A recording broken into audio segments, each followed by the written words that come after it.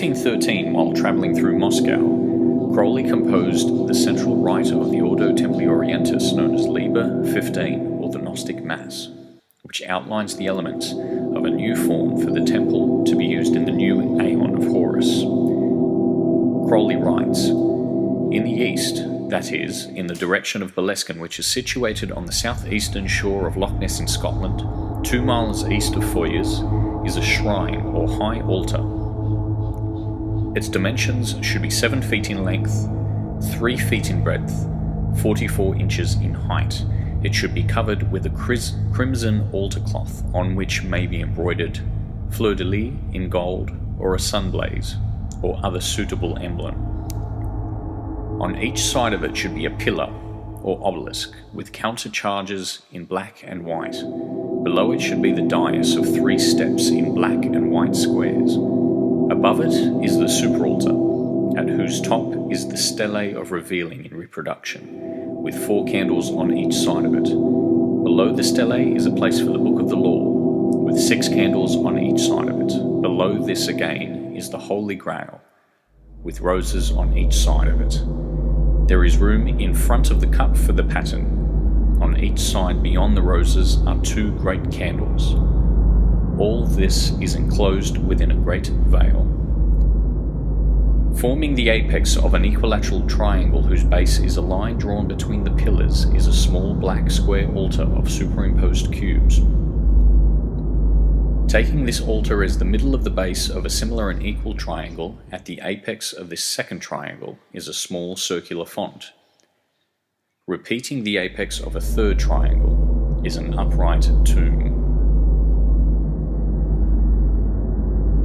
The age of the crowned and conquering child called for a pivotal change to all matters of spirituality, and Crowley authorized a manifesto for the Gnostic Catholic Church in 1944, outlining the change that was to come.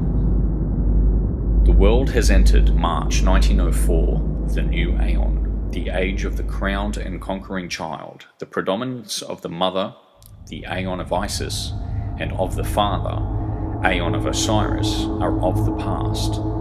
Many people have not thoroughly fulfilled these formula, and they are still valid in their limited spheres, but the masters have decided that the time has come for the administration of the sacraments of the Aeon of Horus to those capable of comprehension. The sexes are equal and complementary. Every man and every woman is a star. The priestess must now function as well as the priest. The expression of the above thesis in public ritual is to begin by the establishment of the Gnostic Mass, which, while adhering to the vital elements of the most ancient true tradition, fixes its attention on, and its aims most firmly in, the future.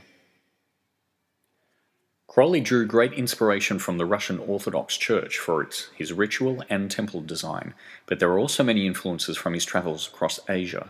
The basic plan of an Eastern temple is an expression of sacred geometry where the temple itself is visualized as a grand mandala, the meeting ground of heaven and earth. It is a continuation of the analogy in which the Atman or soul is likened to an embryo within a womb or a body hidden in a cave.